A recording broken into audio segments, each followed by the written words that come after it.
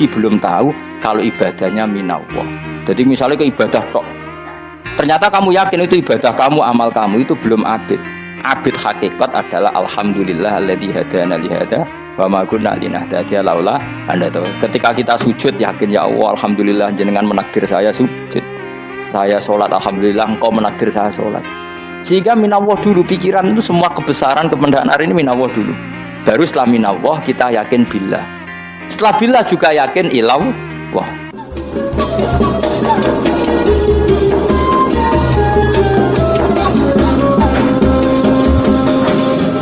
Jadi di antara mukjizat Quran itu kamalul bayinah. Kalau memberi penjelasan itu sempurna. Sehingga ulama mengatakan imanul muqallid, imannya orang-orang yang asal ikut kiai, asal ikut guru, asal ikut buku, itu mukhtalaf alaih. Bahkan saya sendiri cenderung mengatakan iman itu tidak diterima.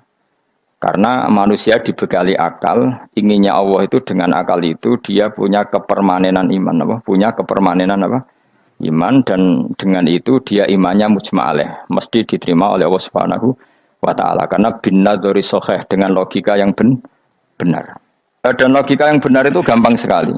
Beberapa ulama tentu tahu sekali, bukan sekedar tahu sekali, karena itu diajarkan Allah dan Rasul. Misalnya begini, kata Allah, saya kalau baca ayat-ayat ini itu sering nangis, karena Allah yang Tuhan itu sebenarnya tidak butuh kita. Saya ulang lagi, Allah yang Tuhan itu tidak butuh kita, juga tidak butuh iman kita. Tapi Allah ingin hambanya itu berakal, ya, karena agama itu liqaumi yaqilun, sehingga berpikirnya benar. Misalnya gini kata Allah, enggak apa-apa kamu menuhankan selain saya itu enggak apa-apa kata Allah. Enggak apa-apa Yesus kamu katakan Tuhan, enggak apa-apa. Kamu katakan batu Tuhan, enggak apa-apa. Tapi tolong prosedur atau persyaratan menjadi Tuhan itu kamu lengkapi, yaitu punya prestasi menciptakan langit dan bumi. Kalau tidak semua surun semen kata Allah, sementing urun. Gitu. Jadi sebetulnya itu kan rasional. Misalnya enggak apa-apa kamu merasa jadi presiden atau gubernur atau jadi wali atau jadi apa. Yang penting prosedurnya dipenuhi. Penuh. Itu kayak apa Allah baiknya pada kita. Sehingga saya berkali-kali, makanya menurut saya orang alim itu wajib memaklumatkan kalau dirinya alim, supaya jelas aturan mainnya. Yang dilarang Allah itu kan memaklumatkan alim kemudian ingin hadun nafsi, ingin salami template, dicucuk, dihormati, itu kriminal. Itu orang alim gendeng, sudah gendeng sekali. Karena khasnya orang alim itu tentu cari ridhonya Allah, bukan ridhol khalqi, bukan ridhonya apa? Makhluk itu lah ada siapa-siapa. Dan kita harus baku seperti itu. Kenapa kalau orang alim enggak memaklumatkan kealimannya itu dikatakan salah? Karena fungsi orang alim adalah membawa bayinat, membawa ayat-ayat Allah, bukan kepentingan apa? Pribadi. Makanya Rasulullah nanti duka ngendikan idza zuharatil fitanu wal bid'u falyudhiril alim ilmahu wa illa fa alaihi la'natullah wal malaikati wan nasi ajmain. Jika zaman akhir banyak bid'ah, banyak kebodohan, maka orang alim wajib menampakkan kealimannya.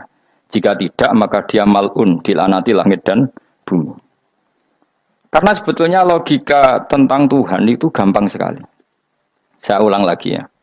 Saya punya sekian contoh betapa tauhid itu mudah.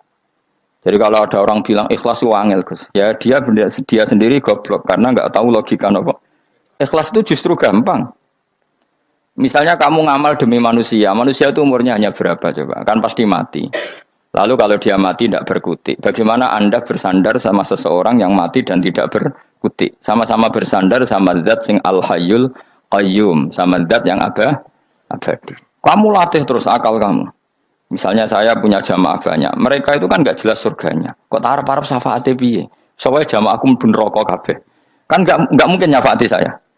Atau mereka mlebu swarga kabeh, wis do sibuk kelon mbek widadari, mungkin ya ndak ngurusi saya. Jadi dua kemungkinan itu sama-sama ndak ngurusi saya. Mlebu neraka ya rasa nyafaati, kan mlebu swarga do sibuk napa? Ngeloni widadari karena trauma di bocah elek melarat macam-macam. Sehingga kiainya saja wis ora takok Gus Pak nang ndi wis ora takok. Wis ribet dhewe no. Nah, tentu saya juga sibuk sowan pangeran sudah itu makom saya sudah sibuk sowan pangeran. Kowe pesta seks sing kula sowan pangeran. Wa swargame ayate pokoke inna ansa'na gunna napa insya'a faja'alna gunna abkara bar kelon dadi prawan neh berarti keloni serepet. Kula insyaallah melok daftar sing fa'ama ingkana minal muqarrabin farauhu warehan. Jadi surganya muqarrabin itu enggak ada sifatnya. Di situ enggak dibakas bidadari makan-makan enggak, tapi farohu warekan satu surga yang sifatnya rohani. Karena enggak bisa disifati. Tapi saya daftar di situ ya hanya beberapa jam. Baru itu gabung kon. Sawangane kok karo rasane wong ayu juga keberatan. Ya tapi saya tentu punya dua kelas, saya punya kartu premium dan ekonomi. Saya enggak tertarik lah daftar yang premium dok, nanti repot apa.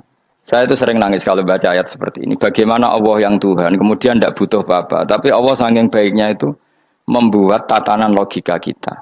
Saya tidak akan bosan-bosan sampai sowan Allah.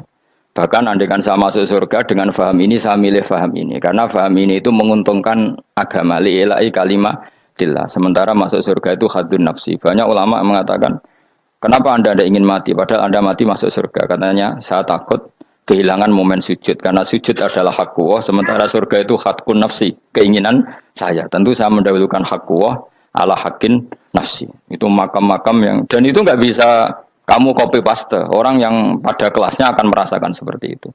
Dan kamu tidak perlu minat, malah paham. Jadi sudah dengar saja, apa? Dengar saja. Begini misalnya, saya berkali-kali bilang, kenapa ulama dulu? Saya ini kan di Sarang juga ngajar tauhid. Dulu saya ngajar kubrul yakiniyat di beberapa madrasah, termasuk di Sidogiri saya juga ngajar tauhid. Di sini saya ngajar tafsir, tapi yang saya titikkan juga tauhid.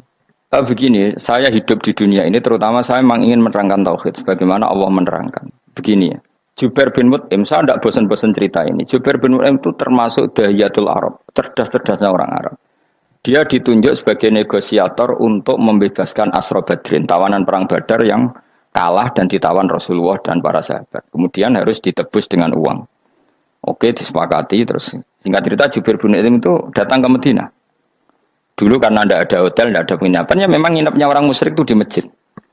Ya sehingga itu lazim saja. Kamu tidak usah jadi liberal kemudian bilang musyrik boleh di masjid, ya tidak perlu seperti itu. Kamu juga tidak perlu goblok mengatakan nggak ada ceritanya orang musyrik ngidam di masjid karena ya ada tarikhnya seperti itu. Jadi tidak perlu goblok, ya nggak perlu liberal.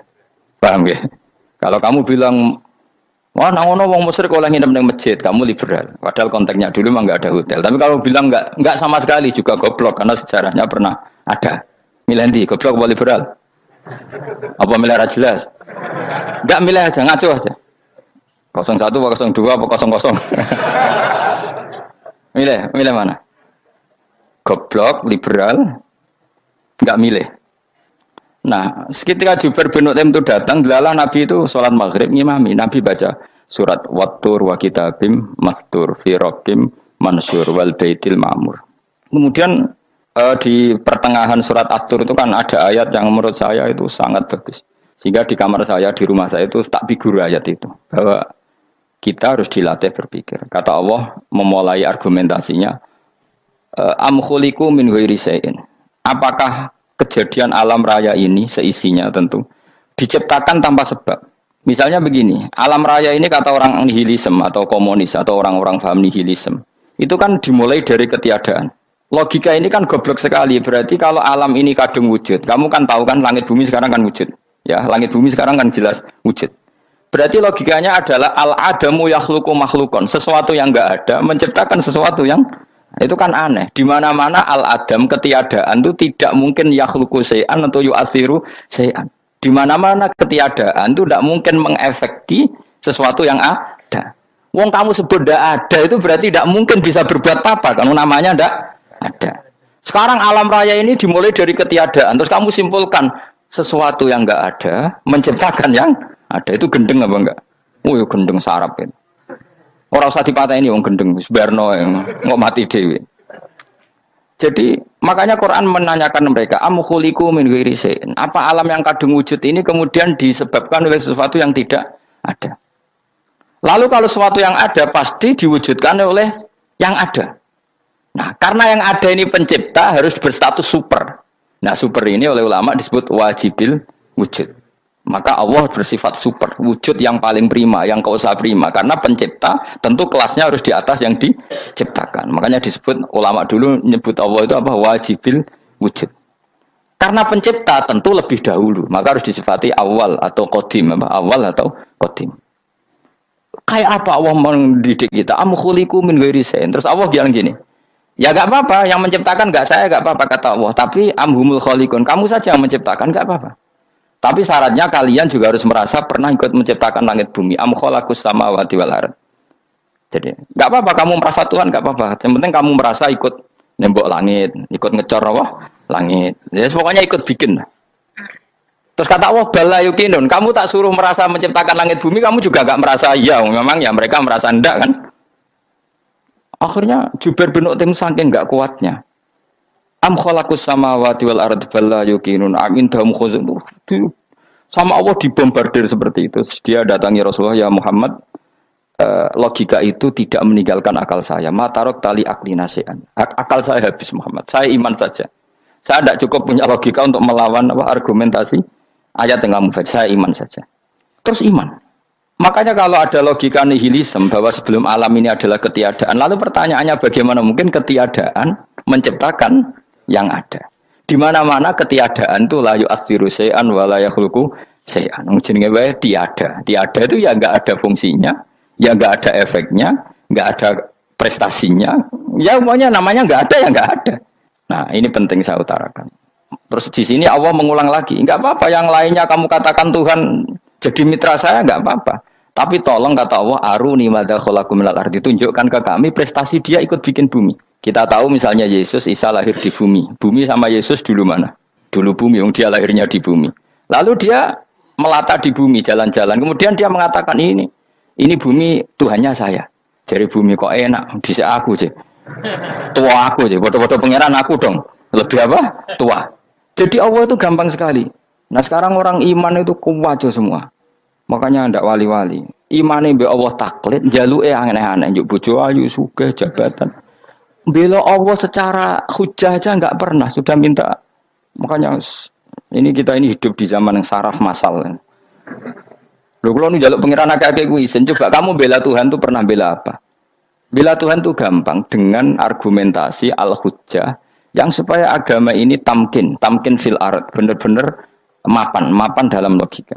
Yaitu tadi di mana-mana yang namanya sebab itu amrun wujudiyun, di mana-mana sebab itu sesuatunya harus wujud. Paling tidak kita sudah menolak nihilisme. Apa? Nah, nihilisme. Lah wujud karena wujud awal harus berstatus prima. Lah prima itu dalam bahasa ulama disebut wajibil wujud. Makanya ulama dulu ngelatih kita itu pertama Allah itu siapa? Zat sing wajibil wujud. Itu satu filosofi yang luar biasa.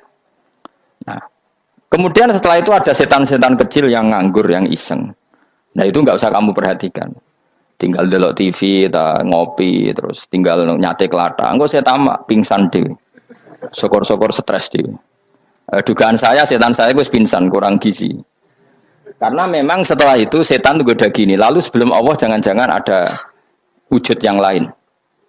Lalu Allah sendiri awal mulanya gimana? Kata Nabi, jika ada pertanyaan seperti itu kamu harus berhenti. Tinggal delok TV atau tinggal delok dangdutan. Ya kalau kepeksa ora apa-apa, kelasem ae. Saya tidak menghalalkan tapi kan sudah kamu lakukan. Karena itu lebih baik ketimbang pertanyaan filsafat. Banyak orang yang dulu sholat ketika sekolah filsafat tidak sholat. Alasannya sampai menemukan jati diri itu Tuhan. Dan itu bahaya sekali karena Nabi berkali-kali bilang kamu jangan mikir tentang Allah pasti rusak. Orang kok mungkin rusak dari Nabi pasti rusak. Nah cara menghentikan gimana? Karena setan ini makhluk, akal-akalannya gampang. Tadi tak warai, saya sebagai ulama atau sebagai manusia atau sebagai orang awam atau sebagai siapa saja, kadang ada pertanyaan seperti itu. Tak tinggal anggeling dharma, kan pusing setan, kan ngenteni. Weh, ngenteni bar lo anggeling dharma. Bariku aku lesu mangan mie, bar mangan mie waret turu, kan dia ngenteni terus mau bikin was-was lagi. Ternyata saya sibuk kan nggak bisa masuk deh. Bangun tidur aku selali pertanyaan tadi, dinteni. Nah, dia masuk lagi aku sibuk ngajak anak jalan-jalan. Jadi saya kalau jalan-jalan di pasar itu wis enteni tan santai wae. Itu memang resep dari Rasulullah. Jangan sampai orang terjebak filsafat yang sampai menanyakan eksistensi Tuhan. Dan dia tidak mau iman, tidak mau sholat, tidak mau puasa sampai menemukan Tuhan itu siapa. Itu jelas minas syaitonir rajim, itu perilaku setan. Makanya Rasulullah setiap ditanya sahabat gitu itu Nabi guyu-guyu. Dan guyunya Nabi itu kata Nabi, baguslah kalau kamu takut Tuhan kalah kata Nabi. Nabi gojok gitu. Maka ada ulama yang punya seni berargumentasi, yaitu Imam Ghazali. Jika setan tanya kamu lalu sebelum Allah jangan-jangan ada wujud yang sebelum Allah. Kata Imam Ghazali, ya itu saja yang Tuhan, yang Allah ini enggak jadi Tuhan. Ya berarti wujud sebelum Allah itu yang benar-benar Allah. Kalau kamu bayangkan lagi, jangan-jangan sebelum itu ada wujud lagi, ya itu saja yang benar-benar Allah. Sehingga tetap Allah itu menang terus. Paham ya? Yang jelas jangan sampai didahului Adam, karena kalau didahului Adam lebih ngeri lagi, karena sesuatu yang enggak ada menciptakan yang ada, itu lebih buruk lagi menurut akal. Menurut apa akal? Nah, daripada kamu nggak salim Imam Ghazali, tinggal saja ndelok tadi ndelok sinetron. Itu yang lucu aja. Tidak sing lucu-lucu. Ndelok apa mencari Tuhan. Pokoke sing aneh-aneh, sing goblok-goblok, sing lucu-lucu, sing perane wong apa? Terus saya sering diprotes saya, Gus Salim jenengan kok sering ndelok sinetron sing ana dialog wong goblok-goblok. Wong goblok ku menarik cara kula. Apa ya? Cara pandang itu di luar dugaan saya karena wong berkali-kali loh kalah wong goblok. Terus makanya ini tak cerita nih beberapa kali yang jari Gus Pak cerdas berkali-kali kalah wong goblok. Ada seorang santri itu ingin dibelikan bapaknya itu sepeda motor. Bapaknya wong desa, senengane ngrumat sapi wedhus. Lah menurut saya ya orang tuanya itu mampu lah, sangat mampu untuk beli itu. Pak mbok ditukokno mawon wong sepeda motor. Kata bapaknya, "Anakku nu jog mondok tak goblok, Gus." Wong njaluk kok sepeda motor, njaluk mobil ora ya goblok. Lah kok goblok, Pak? Jenenge donya iku Gus, sing lahirno donya kok sapi iku ndek anak, wedhus ndek anak jenenge donya. Di mana-mana jenenge donya sing lahirno donya. Iki donya kok mangan donya. Mergo motor iku kan tuku bensin, mobil. Iku cara dene iku goblok Gus. Batin berarti kabeh kiai goblok perkarane tuku donya sing ngentekno donya. Cara dene donya iku sing lahirno donya. Batin kok pinter iki batin. Untungnya saya ini ulama ya, ahli tafsir ya malu. Sebenarnya kalah itu ya malu.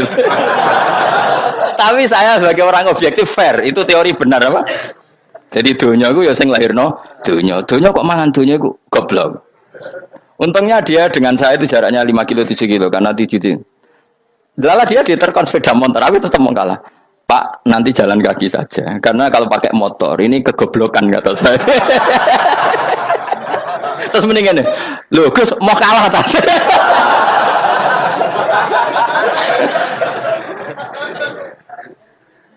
Wah kacau.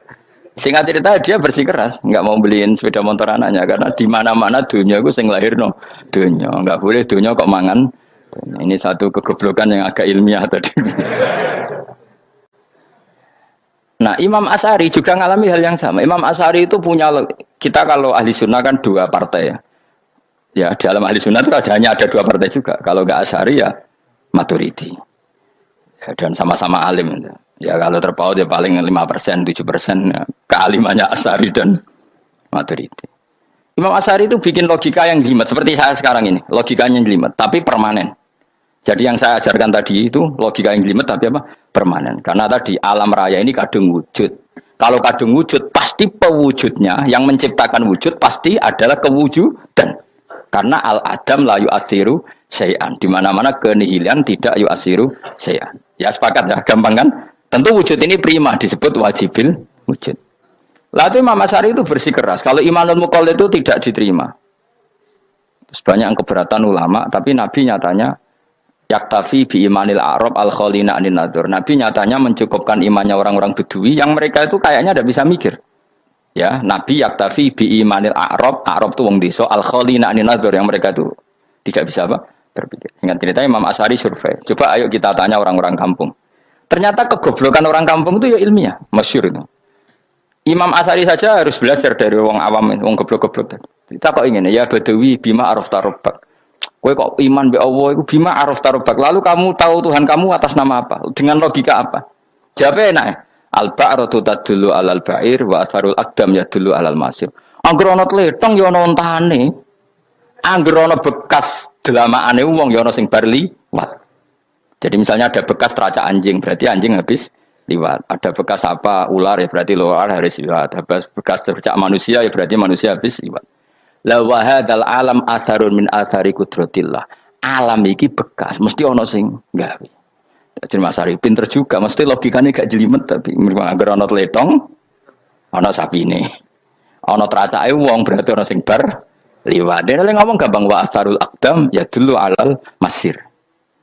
Nah, terus Imam Asy'ari habis itu ngendikan, ya sudahlah dengan logika apa saja. Meskipun karena zori hadal Arabi bagaimana cara berpikir Bedui ini, sementing ada nazar. Apa ada nazar.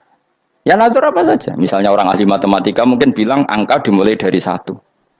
0 itu akal-akalane Khawarizm. Mereka ini kebingungan nulis 10. Tapi tetap angka itu dimulai dari 1. Kalau misalnya 1 untuk mecah kesulitan ya harus dimulai 0,1. Tidak bisa 0 tok. Jadi 0 dulu itu untuk mematahkan kalau jumlah itu tidak sampai 1. Tapi faktanya jumlah itu kan pasti 1 karena dimulai dari wajibil wujud. Khawarizm itu ya pintar matematika, saya juga punya ilmu hisamnya Khawarizm. Itu kan dia karena kebingungan angka pecah. Misalnya 1 tidak sampai 2, mau tidak mau harus ditulis 1,5 misalnya. Paham ya? Lalu kalau sebelum 1 tetap dia harus 0,5. Lalu hakikat 0,5 itu kan bagian dari wujud apa bagian dari Adam? Tetap bagian dari wujud.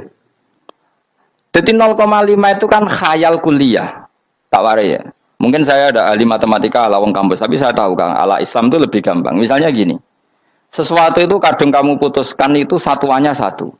Tentu ketika separuh kamu katakan baru separuh. Tapi sebetulnya ketika satuan itu kamu katakan 10, yang separuh itu sudah 5. Itu kan terserah sing bagi, napa? Terserah sing bagi. Ya iya dong, misalnya 1 juta, 5-nya artinya apa coba? 500.000 kan. Sekarang kalau 100.000, 5-nya jadi berapa? 50. Kalau 1,5 jadi. Nah itu kan terserah satuannya apa? Tapi tetap dari 0,5 itu tetap menunjuk sesuatu yang wujud. Yaitu 5-nya sebetulnya apa? 5 yang separuh tadi. Paham sih kalau maksud? Tetap nggak bisa sesuatu dimulai dari apa? 0. Nah, makanya kata Abdul Hamid Khan kalau dalam mendidik tauhid, itu gampang saja tadi. Alam raya ini kadung maujud, kalau kadung maujud pasti disebabkan oleh sesuatu yang wujud. Karena wujud pencipta harus berstatus prima. Lah prima ini atau premium ini kita sifati wajibil wujud. Atau kamu katakan apalah kausa prima atau musabibul asbab. Nah kelirunya kita dalam berislam itu, kritiknya para ulama, kita ini nyebut Allah dulu baru menceritakan status Allah. Kalau zaman Nabi itu dibalik. Status wajibil wujud itu kita terangkan dulu, baru yang oleh Islam itu namanya Allah. Paham ya? Kan beda, misalnya gini logikanya gini, kamu ketemu orang ateis, saya ulang lagi, kamu ketemu orang ateis, terus kamu ditanya, lalu alam ini yang menciptakan siapa? Allah Jalla Jalaluh. Mesti kan tanya, man huwa Allah itu siapa? Kalau dulu Islam mengajarkan kayak gitu, surat pertama turun apa coba? Iqra. Iqra itu gak nyebut kata Allah. Iqra bismi rabbika. Rabbika itu siapa? Alladzi khalaq. Sebutlah nama Tuhan. Yang berhak menyandang Tuhan adalah zat yang pencipta. Itu tidak ada kata Allah. Di surat Mudatsir, surat kedua. Ya ayyuhal mudatsir kum fa'anzir wa rabbaka fakabbir. Bukan Allah fakabbir, wa rabbaka fakabbir. Sehingga cara berpikir gini dibalik. Sebutlah Tuhan kamu. Tuhan itu siapa? Yang berstatus Tuhan adalah zat yang berstatus pencipta. Nah, lalu pencipta ini oleh Islam dinamai Allah. Kalau orang ateis kamu langsung bilang Allah, man huwa Allah, berarti pertanyaannya Allah itu siapa? Lalu kamu jelaskan Allah adalah pencipta, Allah adalah wajibil wujud. Tentu lebih gampang kamu terangkan. Makanya Al-Qur'an menerangkan amukhuliku min ghairi syai'in. Manane saya di sini manane ya Allah, apa? Allah. Apakah mereka diciptakan tanpa pencipta? Tentu setelah Islam tahu itu namanya siapa? Allah. Paham ya, kalau balik malih. Jadi sebetulnya Quran itu ngajari kita itu ilmu mantek yang luar biasa. Misalnya, ya Yuhanna su'budu siapa? Rabbakumul ladzi khalaqakum walladzina min qablikum. Sembahlah Tuhan. Tuhan itu siapa? Pencipta kamu dan pencipta orang-orang sebelum kamu. Lalu Tuhan ini oleh Islam dinamai Allah. Tapi kalau langsung kamu bilang ke orang ateis atau orang Uni Soviet, Allah itu Tuhan. Allah itu siapa? Sebab itu di beberapa ayat dijelaskan dulu status Allah. Sifatnya Allah, keakhasan Tuhan. Yang dikatakan Tuhan adalah zat pencipta. Kalau tidak pencipta berarti tidak Tuhan. Sekarang Yesus pencipta bumi apa enggak? Enggak, karena dia lahir sudah di bumi. Begitu juga Fir'aun. Fir'aun itu kalah telak sama Nabi Musa gara-gara logika ini. Ketika Nabi Musa ditanya Fir'aun, "Wa ma rabbul alamin?" Lalu Tuhan itu siapa? Kata Musa, Rabbus samawati wal ardi, yang menuhani langit dan bumi. Jadi Fir'aun, ndak, ma'alim tulakum min ilahin wairi. Saya jalan-jalan kemana-mana yang dikatakan Tuhan oleh masyarakat saya kok. Nah, kurang ajar Fir'aun. Terus kata Musa, ya Tuhanku yang di langit. Terus manggil Haman masyhur, ya Haman ibn li sarhal ali abluhul asbab samawati fa'attali ila ilahi Musa. Haman, bikinan saya piramida yang tinggi, aku akan lihat Tuhannya Musa. Ada enggak di sana? Padahal misalnya munggah tenan ya pangeran ra iso didelok kan repot Nabi Musa. Wah, parah ya, nggak piramida nginceng pangeran teprak ketok kan. Akhirnya Musa pakai logika. Ya sudah gini saja, Rabbukum wa Rabbu abaikumul awwalin, yang menuhani nenek moyang kamu yang dulu-dulu. Oh itu langsung Fabuhita Fir'aun. Fir'aun tuh kaget sekaget-kagetnya. Dan para penggawa Fir'aun sadar. Wah kalau Fir'aun yang Tuhan, babanya tanpa Tuhan. Kan Tuhannya balita kan gitu kira-kira. Tuhannya balita. Tuhannya barulah. Itu kan jadi logika yang mematikan. Kalau Fir'aun Tuhan, berarti babanya dulu yang wujud itu tanpa Tuhan. Karena Tuhannya barulah. Ini ada Tuhan kok datang terlambat ini kan. Akhirnya para punggawanya Fir'aun iman, macam gendeng ya, Fir'aun itu gendeng. Itu pentingnya logika Rabbukum wa Rabbu abaikumul awwalin. Nah sekarang orang tuh nggak belajar logika. Iman bi Allah orang mantep ning ati, jek iso diguncang setan, jalukane wis aneh-aneh. Jaluk swarga, jaluk gak mutu cara ngono. Gak mutu. Makanya banyak wali kalau ditanya, kamu masuk surga sama sholat milih mana? Milih sholat. Kenapa milih sholat? Di surga itu demi khadun nafsi saya, poya saya. Tapi kalau saya sholat itu untuk hakku. Saya sebagai hamba, identitas kesejatian saya adalah menghamba. Soal nanti Allah bikin bonus surga silahkan. Maka sebenarnya masuk surga itu ada urutannya. Sebagai orang alim saya urutannya adalah berkampanye sesering-seringnya, membuat logika supaya orang mudah ke Allah dan Rasul. Makanya di Quran tuh gak ada orang disuruh masuk surga dulu itu ya Tuhan nafsul mutmainnah irji'i ila rabbiki. Kamu kembali ke Tuhan kamu dulu. Bahwa kamu makhluk yang butuh Tuhan. Fadkhuli fi ibadi. Kamu masuklah berstatus hamba dulu. Kesestatusan Anda sebagai hamba ini matangkan dulu. Bahwa saya ini hamba. Dibuktikan dengan suka sujud, suka ngamal, suka sedekah, suka tawadhu. Saya sebagai orang alim sebenarnya gak suka mulang. Karena takut. Nak kue pinter kok nyaingi aku, nak goblok sawangannya metodeku gagal kan dua-duanya ini merugikan saya sebetulnya. Saya ulang lagi ya, nak pinter kok nyaingi aku, kan ya mungkin juga senajan rada mokal mungkin. Sanggup ae rada mungkin. Pemane nak sing ndik kan yo, biasanya hasud wong ndik. Mau itu sebenarnya rugi semua, tapi Allah yang memerintahkan hak wong alim kudu mulang. Perhitungan itu tak buang semua. Sing ape nyaingi nggih monggo, sing tetep goblok nggih. Monggo, pokoknya Allah ngutus mulang ya napa? Mulang. Meskipun tadi potensinya itu dua-duanya buruk, sing alimnya ini. Kemudian nak mubalek terus didol ilmu ku ranto royalti tambah parah lagi itu. Nah, aku enggak pakai logika ikhlas. Pakai logika ikhlas selesai semua, ya disuruh Allah ya sudah. Seorang lagi ya, makanya saya minta ya, surat Tur itu dibaca. Makanya baca Quran itu jangan terlalu egois, jaluk swarga.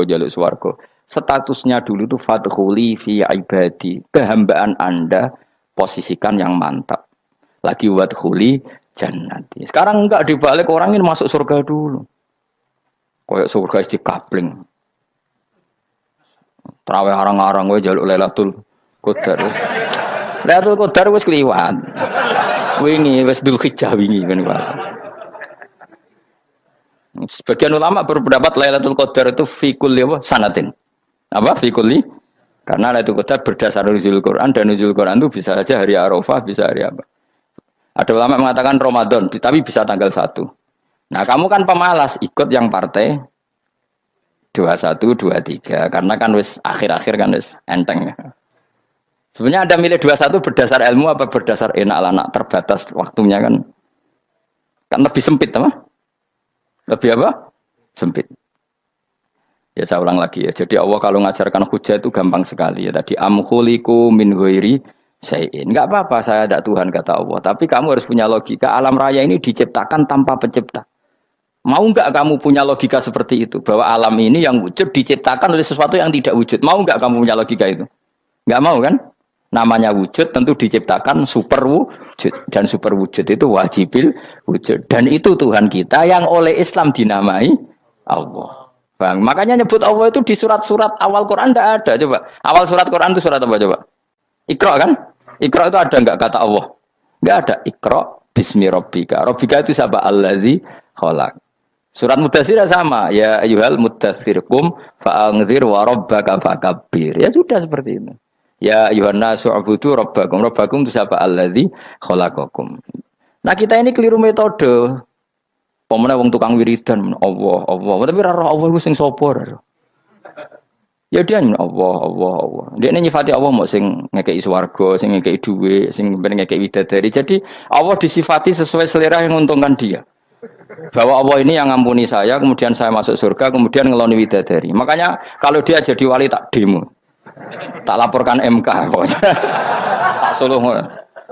Karena ini wali pecundang. Bagaimana mungkin calon wali pikirannya khadun nafsi. Kalau ulama agak gitu, mendikan Allah, Allah, Allah itu zat paling penting di dunia. Maka akan saya maklumatkan di dunia bahwa orang kembali ke Allah. Caranya gimana? Akan saya kenalkan Allah lewat logika. Caranya apa? Kita sifati wajibil wujud. Kita sifati Rabbukum wa Rabbu abaikumul awalin. Dengan sifat-sifat yang semuanya mengarah ke dikjayaan Allah Subhanahu wa taala. Iku jenenge kowe bener-bener ulama. Iku disebut balwa ayatum bayinatun fi suduril ladzina utul ilm. Makanya ulama itu orang yang luar biasa. Sampai disebut innama yakhshawaha min ibadihil ulama. Ahli ibadah itu rapati wedi pangeran. Masih wiridan istighfar nangis rapati wedi pangeran. Gayane tok nangis. Karena sebenarnya dia nangis wedi ra mlebu swarga. Mlebu swarga gak iso ngloni. Dari itu aja orientasinya itu. Makanya bener Kanjeng Nabi nak gojlok orang alim satu itu lebih utama dibanding 1000 ahli ibadah. Bahkan Nabi pernah ngendikan sangat ekstrim. Fadlul alim alal abid kafadli ala adnakum kata Nabi. Keutamaan orang alim dibanding ahli ibadah itu sebagaimana kelas saya kata Nabi dibanding kelas terendah kalian. Padahal Nabi dengan Abu Bakar saja jaraknya sangat jauh. Itu kata Nabi fadlul alim alal abid kafadli ala adnakum. Keutamaan orang alim dibanding orang abid sebagaimana keutamaan saya dibanding sahabat paling rendah. Karena tadi abid itu ada oportunisnya. Tapi kamu jangan benci abid loh. Karena kamu ya orang alim, orang abid. Saya saja yang kritik. Saya yang tanggung jawab di depan Allah. Orang abid itu kadang kan wiridan nganti nangis. Pikirannya apa coba? Wis rasakno mesti apa wiridan pikiran ambil aja. Di sepuro dosane. Terus apa kan? Mlebu swarga. Terus apa kene swarga? Aku takut. Saya aku takut ayo sing ngapain mlebu swarga apa kegiatan? Rencana pertama ya, terus gak usah munafik biasa wae. Mamanya mau inna ansa'na apa? Insya ayat kalau harus jujur apa jujur. Bandingan kalau orang alim. Orang alim itu ketika nyebut Allah itu iri ya Allah. Kenapa di dunia ini ada makhluk lain yang menandingi engkau? Saya tidak ridho. Kenapa di dunia ini ada syarik orang yang dimitrakan seperti engkau? Maka orang-orang alim ini ingin memaklumatkan bahwa la syarikalak. Labbaika wa huma baiklah syarika lak innal hamda wa ni'mata laka wal mulka la syarika lak. Sehingga para nabi itu memaklumatkan itu, engkau saja yang Tuhan ya Allah. Semua nikmat dari engkau, semua kepemilikan ini milik engkau. La syarika lak baik. Dimaklumatkan ke dunia. Innal hamda wa ni'mata itu dimaklumatkan. Enggak ada kepikiran mereka masuk surga. Karena mereka ingin memaklumatkan bahwa Allah ini yang Tuhan. Sama tak ceritani Nabi Ibrahim dari Khalilur Rahman rumang samu kagan wiridan kaya kowe ndak wiridannya Nabi Ibrahim sama sampean mungkin banyak sampean karena sampean banyak kepentingan tadi. Wali-wali dulu kalau wiridan itu ndak sebanyak sampean ndak tak jamin ndak. Pemene maca lelo ping 10.000 ndak biasa wiridannya. Tapi khosyahnya sama Allah luar biasa. Pertama Nabi Ibrahim diangkat jadi khullah. Khullah itu ya Khalilur Rahman itu. Itu dia wiridannya gini. Ya Allah innahu la yahzununi alla ara ahadan fil ghairi ya'buduka ghairi. Alla ara ahadan fil ardi ya'buduka ghairi. Sama saya hafal tak ini. Memang saya hafalkan. Ya Allah saya ini susah sekali. Kenapa zat sepenting engkau kemudian yang menyembah engkau hanya saya? Ini tidak fair. Makhluk yang enggak penting saja punya umat. Makhluk-makhluk yang enggak penting aja jadi pusat perhatian. Misalnya artis atau presiden atau gubernur atau tokoh top. Semuanya jadi presiden, padahal semuanya itu makhluk yang enggak sepenting engkau. Ini zat yang sepenting engkau, kemudian yang tahu kalau engkau penting hanya saya, ini tidak fair. Nangis dan nangis, ini tidak fair. Innahu la yahzununi alla ara ahadan fil ardi ya'buduka ghairi. Saya ini susah Gusti, susah sesusahnya. Zat sepenting engkau, kemudian yang tahu kalau engkau penting itu hanya saya. Wah ini tidak fair. Loh, coba kalau orang mencintai sesuatu kan gitu. Misalnya kita bojo ayu, kemudian wong liya kabeh darane elek, mangkel ora? Mangkel gak? Kamu beli Alphard, Kamu kira itu mobil mewah. Kemudian orang nyejajarkan podo bek keri, mangkel gak? Semua kenikmatan tuh kita nikmat karena itu diakui ya enggak? Wes gunane apa kaya Alphard gawa ning Gunung Kidul. Terus wong darani ngono iku padha mbek keri ya mbek kejangke mangkel ora kira-kira. Enggak penting mewahnya ini tetap butuhnya pengakuan. Coba misalnya kamu jadi presiden hidup di dunia orang sufi. Sing darane wong penting wong soleh hari sujud ora kakuati ke. Keteko di Barnos. Karena itu hormati situ hanya orang apa soleh. Kakuati gak? Oh kakuati kan. Atau kowe dadi artis top teko ning daerah Gunung Kidul wong desa-desa terus diundang lek.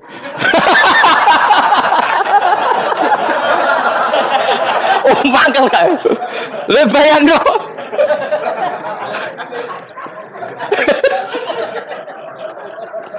Oh, kamu menteri top, menteri BUMN, barang dolan itu iso diundang le. Mados walang le ngono. Oh semua kan. Karena orang keren itu butuh pengakuan apa? Wes kayak misalnya di bojo ayu terus wong liya kabeh darane elek ki mangkel gak? Sebetulnya orang merasa nikmat itu karena pengakuan.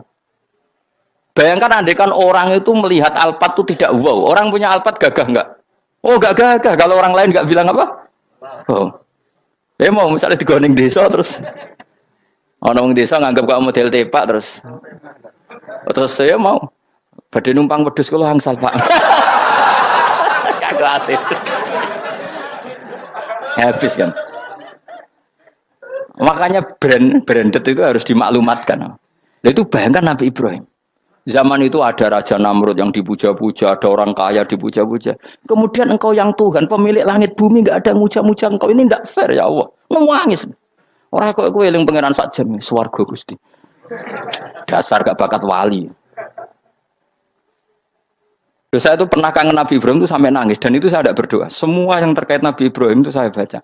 Mulai surat Quran, tafsir tentang Ibrahim. Dan sampai saya di Kudiro, di Tadbir Allah pernah ziarah ke makamnya Nabi Ibrahim. Itu saya hampir gak pernah doa. Saya isek. Ya karena tadi. Ketika Nabi Ibrahim nangis-nangis gitu, ya Allah ini tidak fair. Engkau zat terpenting di alam raya ini. Kemudian gak ada menuhankan engkau. Gak ada yang perhatian sama ini tidak fair. Susah sekali. Karena yang tahu engkau Tuhan itu saya tok. Masyhur itu sama Allah. Karena Ibrahim nangis-nangis itu terus sama Allah diterbangkan ke langit.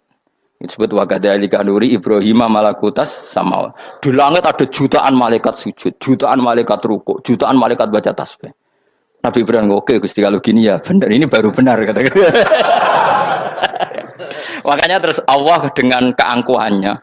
Karena Allah punya sifat angkuh dan itu sah walahul kibriya. Kan sifat angkuh baik untuk Allah tapi tidak baik untuk makhluknya. Dan Allah dengan sifatnya walahul kibriya. Kata Allah, kalau nasihati para nabinya, kamu tidak usah susah. Jika di bumi jarang orang nyembah saya.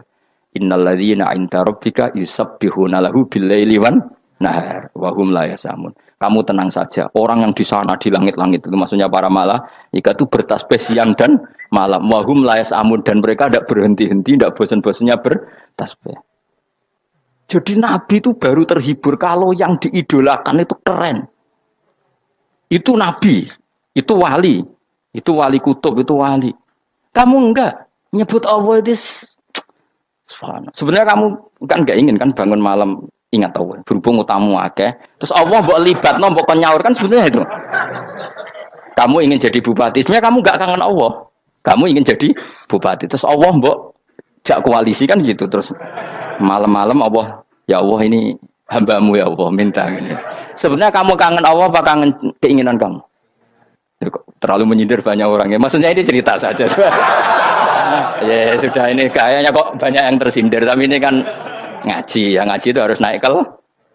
Ya sudah tidak usah diteruskin kok banyak yang tersinggung. Ya sudah tidak usah diterusin. Walau akhidu mau mengalap sapa Allah anasa yang manusa bima lan perkara kasabukang nglakoni sapa anas. Minal ma'asi sing pira-pira maksiat. Mata roka. Mongko ora ninggal sapa wa ta'ala dzuriya ing atase ndhuwure artayil ardi minda batin saking kewan apa wae. Nasama tegese kewan tadubu kang melata pun nasama alih ing atase arat. Kalau saja Allah ingin merusak manusia karena dosa-dosanya, pasti tidak disisakan beberapa sesuatu yang jadi kebutuhan manusia, termasuk daba, misalnya enggak ada hewan, enggak ada tanaman, enggak ada apa saja di bumi karena Allah ingin mengadab manusia. manusia. Tapi nyatanya di balik mereka maksiat tetap fasilitas kepentingan manusia ada karena sifat ghafurnya Allah, sifat rahmannya Allah. Walakin akhiru tetapi ini ngakhirna sapa wa hum wong akeh ila ajalin tumeka maring batas musamman kang wis ditentono. Yaumil kiamat tegese dina kiamat.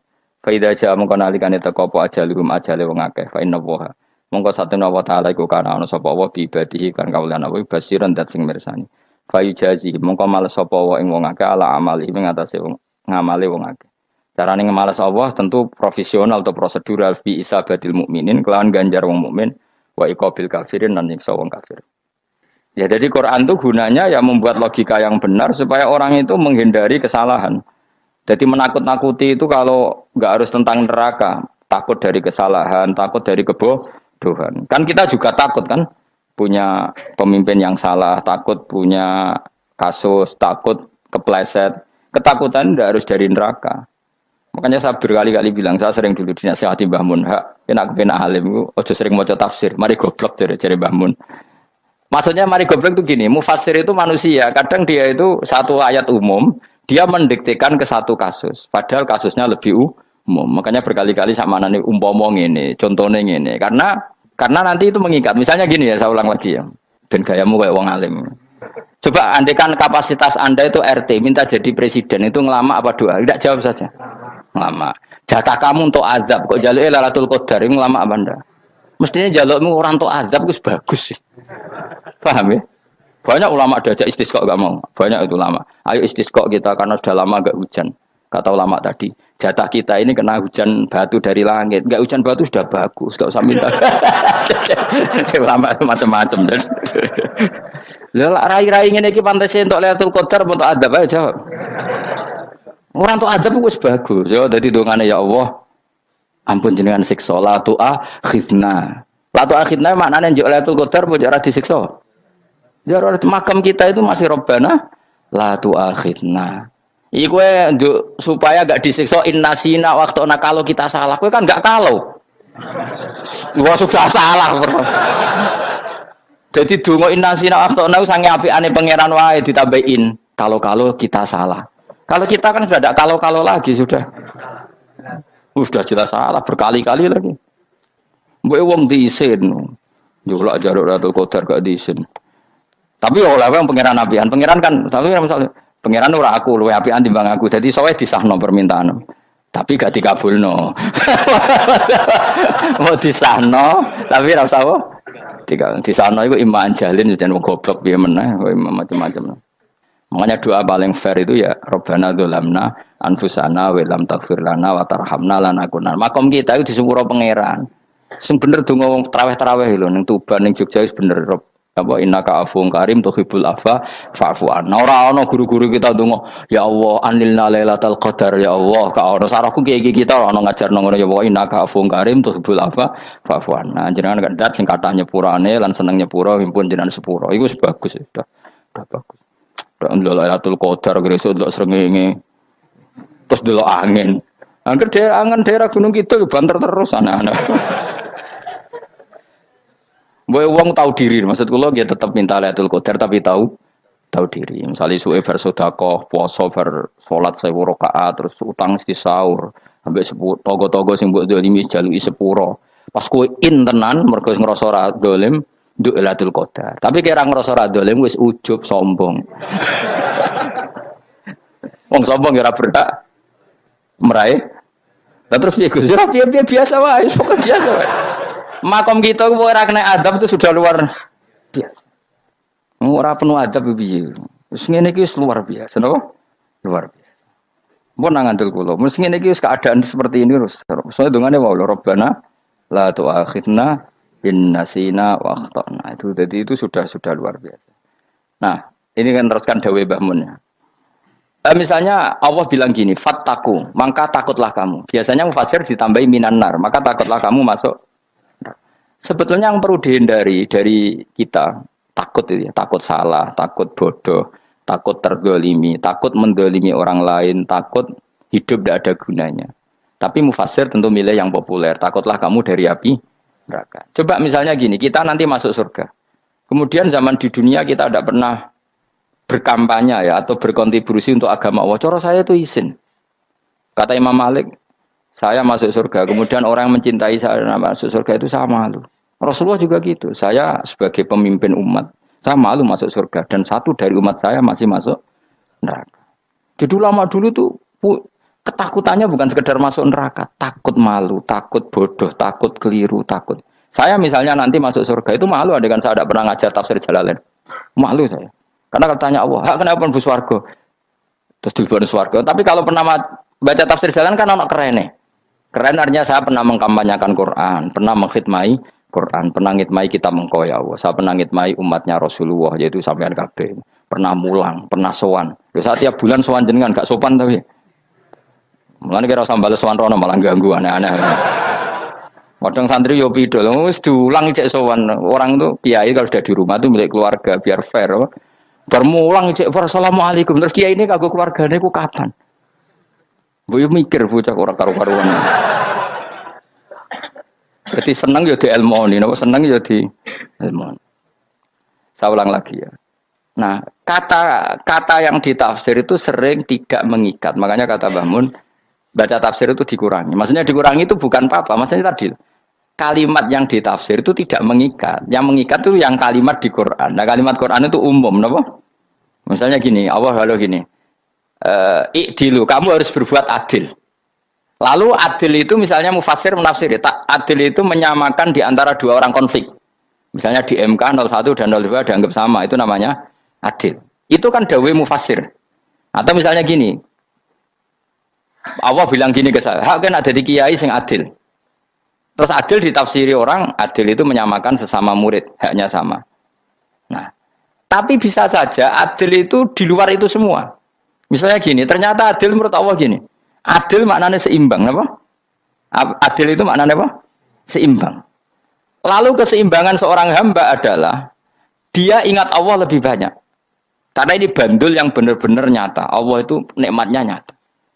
Sehingga ketika saya sebagai orang alim ingat saya alim itu karena Allah, dikasih ilmu Allah, dikasih cerdas Allah, dikasih semuanya dari Allah. Sehingga saya itu tidak merasa kumuluhur pada kalian karena semua ini dari Allah.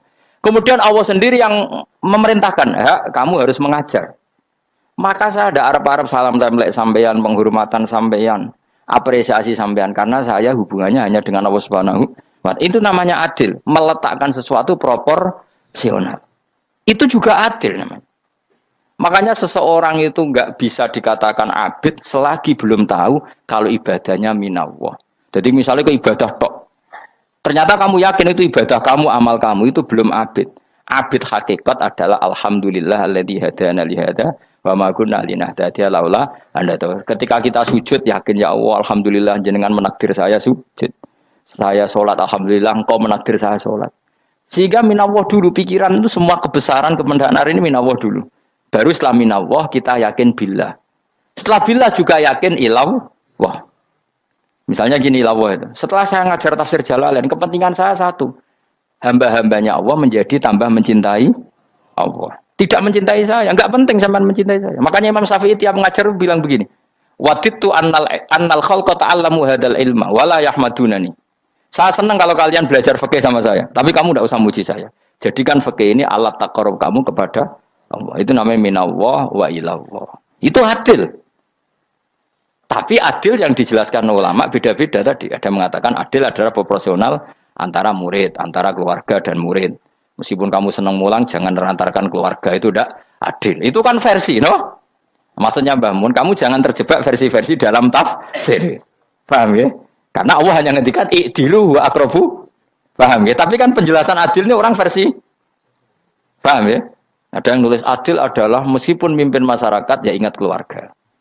Karena sing tukang wayo nafsiri adil adalah karena laki tidak cukup istri satu maka itu kan yo repot nanti.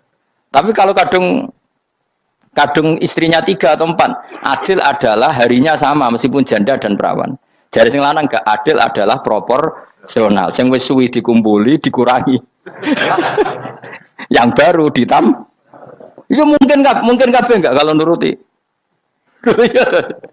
Mungkin enggak? Ya, tapi itu kan versi, kenapa? Maka kata Mbak Mun itu memang saya itu merasakan, saya sebagai mufassir merasakan memang Saya kan sering baca Jalalain beda dengan tafsir Munir, nanti beda dengan tafsir Qurtubi. Saya beri contoh misalnya. Dan kamu pasti salah jawab ini. Kalau kamu benar berarti ya alim tenan. Wa idza darabtum fil ardi falaysa 'alaikum junahun an taqsuru binas shalah. Orang kalau pergi itu boleh enggak ngosor salat? Enggak, jawab saja. Boleh kan? Ngosor salat itu apa? Misalnya salat asar 4 jadi berapa? 2. Kalau isya jadi 2. Kalau subuh? Enggak, sudah maju lah. Maghrib? Enggak, kan yang bisa dikosor hanya berapa? Yang rubaiyah, yang apa? Berarti kamu yakin antak suruh minas sholat artinya 4 jadi 2, yakin? Enggak, jawab saja. Yakin. Nah itu termasuk orang pinter ya. Berarti ilmu lagi sak trip. Ya. Sebetulnya kata Imam Qurtubi enggak. Ayat itu kan hanya bilang gini, kalau kamu bepergian maka kamu boleh menyendak sholat. Qasru itu memotong. Dari aturan yang dulu 4 menjadi 2. Sebetulnya ada hanya itu tok. Aturan tidak boleh membawa najis menjadi boleh. Aturan harus tumak ninah menjadi tidak harus tumak ninah. Misalnya kamu sholat dalam keadaan perang, wajib tumak ninah apa boleh sambil lari-lari? Boleh sambil lari-lari. Boleh enggak ketika perang kamu sholat sambil menghadap tidak ke kiblat? Boleh. Makanya antak suruh minas sholat maknanya apa? Jika kamu pergi, maka dalam konteks itu kan perang ya. Ayat itu memang konteksnya perang. In khiftum ayyaftinakumul ladzina kafar. Jika kamu dalam keadaan perang, maka boleh memangkas apa yang pernah wajib dalam aturan sholat. Paham ya? 4 menjadi 2. Keharusan menghadap kiblat menjadi tidak wajib. Membawa najis sholat sah enggak? Enggak kan? Tapi kalau dalam perang, kemudian pedang kamu ada najisnya, boleh dibawa enggak? Boleh. Jadi maknanya taksuru a'ammu min ayakuna qasra sholat wa a'ammu min ayakuna wajibati sholat yang sekarang enggak wajib. Semua itu namanya juga meringkas kewajiban. Berarti nak mana nih, jika kamu dalam keadaan perang maka boleh memangkas sesuatu yang dulu wajib menjadi tidak wajib, yang dulu haram menjadi boleh. Tapi mufassir mencontohkan qasrul salat hanya 4 menjadi 2. Dong ya. Oh ya, nangke alim ngono tenan wis doktor tafsir sah. Engko tak iku sudah dhewe. Tapi ora perlu orang lain ngakui. Jadi itu contoh kecil. Jadi mufasir karena kebetulan dia tahunya hanya qasrul sholat itu 4 jadi 2, dia itu. Padahal di tafsir lain diterangkan qasru itu artinya menyingkat atau mencendak atau memangkas. Dulu wajibnya sholat itu nggak boleh bawa sesuatu yang najis. Tapi kalau sholat dalam keadaan perang dan pedang kamu ada darahnya, boleh nggak dibawa? Boleh. Bahkan Allah menyuruh dibawa. Dan boleh nggak madhep kiblat. Fa in khiftum farijalan auruk banatagi faida amintum fadzkurullaha kama allamakum. Ketika keadaan aman baru sholat sesuai standar. Nah berarti kan ada qasru sholat, ada pemangkasan aturan sholat. Kayak misalnya begini. Dalam keadaan normal boleh nggak kamu motong pohon pisangnya tetangga tanpa izin? Nggak boleh kan? Tapi misalnya ada banjir bandang, kemudian kamu bisa selamat kalau motong itu wajib izin apa malah haram izin? Haram izin, harus kamu langsung potong, karena kalau tanpa begitu kamu dan yang punya wajib meridhoi. Kalau gak meridhoi disalahkan syarak malah. Paham ya? Jadi ini penyolongan yang wajib. Tapi tak coba potong kayak ngelangihin, terus gedangnya bepangan, itu berlebihan. Karena Allah memaklumi hanya untuk ngelangi. Jebule wis menisan lah itu di luar izin syariat apa? Di luar izin syariat, itu melampaui batas itu. Syaratnya boleh itu ghairu baghiw wala adfamani turra itu darurat syaratnya ghairu baghiw wala dan tidak boleh melebihi batas. Ora ape ngetok gedange jupuk sik sing mateng dipangan terus diketok. Ora oleh. Paham jelas ya. Makanya kalau ngaji tafsir ya saya kan berkali-kali ada makna di tafsir Imam Suyuti saya tambahi umpamane ngene. Maksudnya umpama itu supaya contoh itu tidak mengikat. Jadi yang disebut beliau itu satu dari sekian potensi ribuan contoh. Ya kayak tadi misalnya antak suruh minas sholat. Itu umumnya ulama membayangkan qasru sholat yang 4 jadi 2. Padahal enggak, maknanya meringkas aturan dari wajib menjadi tidak wajib. Bahkan sebagian aturan itu dikatakan haram, tidak haram. Itu tadi misalnya bawa najis atau teman kamu mau dibaca orang kafir, terus kamu bilang, hei hati-hati, itu tidak batal kalau dalam sholat siddatil khauf. Paham ya? Jelas? Semaju lah. Malam terlalu likur, Lailatul. Soale wis gumen mbek wong-wong ngono. Bingung ora ilmune wong-wong. Ma ungzira abahum elam yung daru tegese ora den kei wedi sapa ngangge fi zamanil fatrah ing dalam zaman fatrah. Ya sama seperti ini. Orang tidak mendapat ingzar itu fi zamanil fatrah, zaman enggak ada rasul. Tentu tidak hanya itu tok. Ada rasul tapi orang itu jauh dari komunitas ulama. Itu juga termasuk orang yang tidak mengalami ingzar. Jadi tidak mengalami ingzar bisa di zaman fatrah atau sudah ada rasul tapi dia jauh dari ulama atau jauh dari komunitas Islam. Itu juga komunitas yang tidak mengalami ingzar. Fahum mongko te wong akeh kaum iku khafidun lali kabehane iman sing iman parustilan bener. Ya, contoh paling gampang itu nak dawuh yai mesti bener itu loh. Kalau kamu ngaji tafsir Jalalain ya yuhan nasu budu rabbakum. An-nasu biasanya tafsirkan kufaru Mekah, napa? Padahal di situ nas semua manusia apa kafir Mekah? Semua manusia. Cuma konteks dulu karena Nabi orang Mekah dan zaman itu yang diberi peringatan orang Mekah, Imam Suyuti bilang kufaru Mekah. Lah seperti itu kufaru Mekah mengikat apa enggak? Enggak kan? Enggak, karena yang dituruni Quran yo kafatal linnas. Tapi ya Yonasu di Jalalain sering ditulis apa? Kufaru Mekah. Lah seperti itu tidak mengikat. Itu contoh saja, Pak. Contoh saja dalam konteks zaman itu.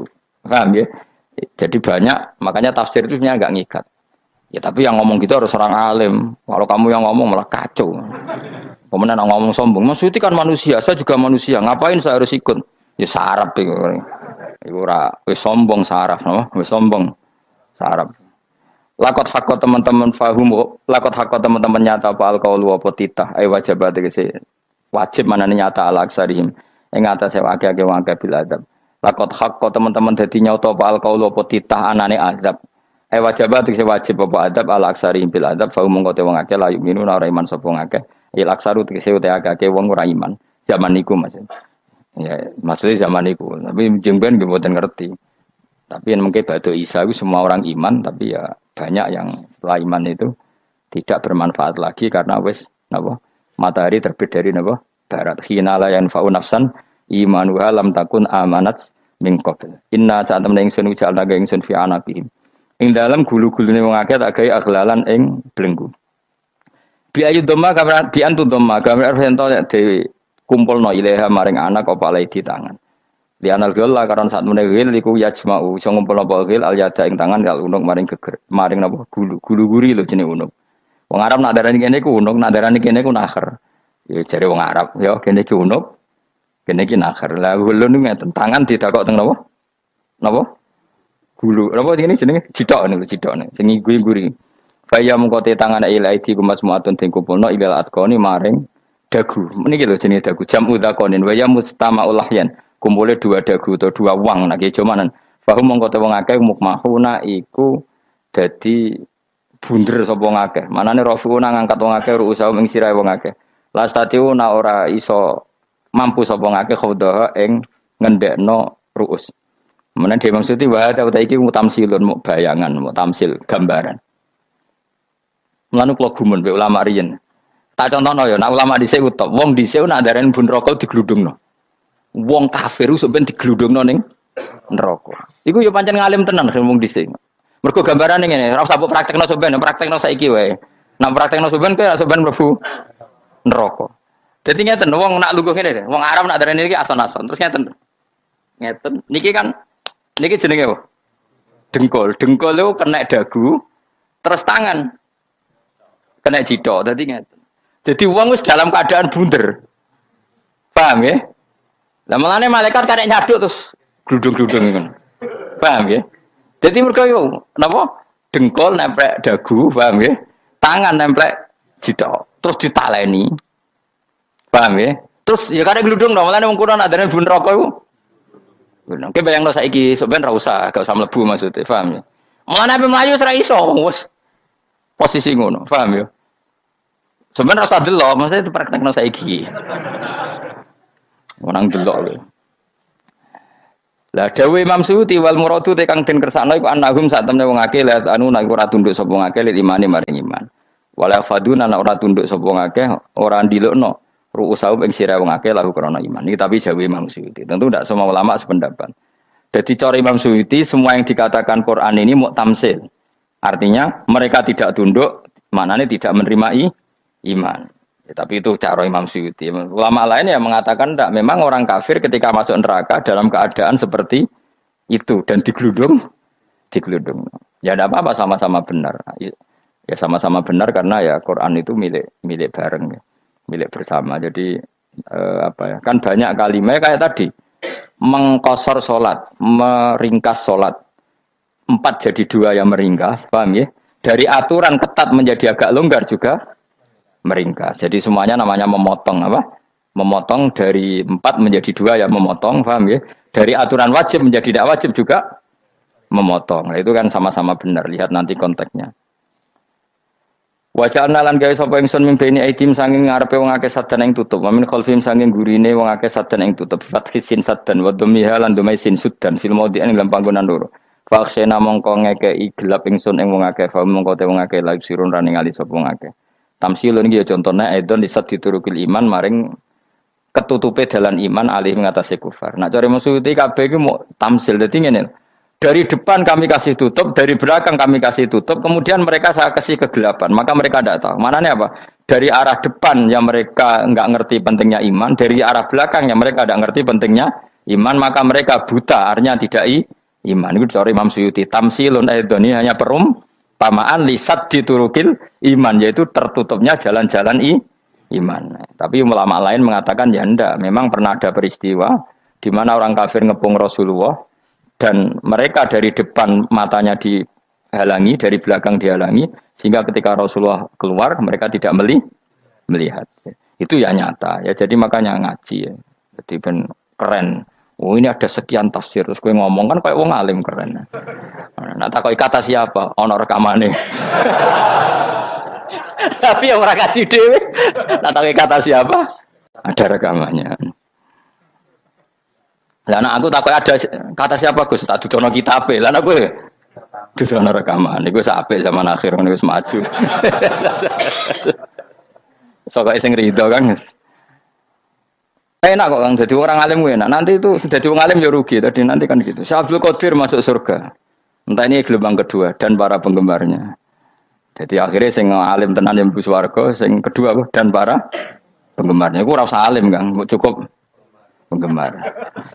Tidak tahu sebenarnya rugi kan. Gus Pak masuk swarga kedua dan para penggemar waduh. Terus jebule padha ae. Itu saking rahmane Allah. Kenapa? Kan masyhur itu hadis itu. Rasulullah itu ada sahabat nangis, enggak bisa tidur nangis. Berhari-hari enggak bisa tidur nangis. Hanya karena ingin punya satu pertanyaan. Lama-lama ketemu Nabi, ya Rasulullah saya sudah berhari-hari enggak bisa tidur, ingin menanyakan ini tapi tidak berani. Coba kamu tanya saja. Ya Rasulullah, saya ini kalau mati engkau kan suatu saat dipanggil Allah, saya tidak ketemu engkau.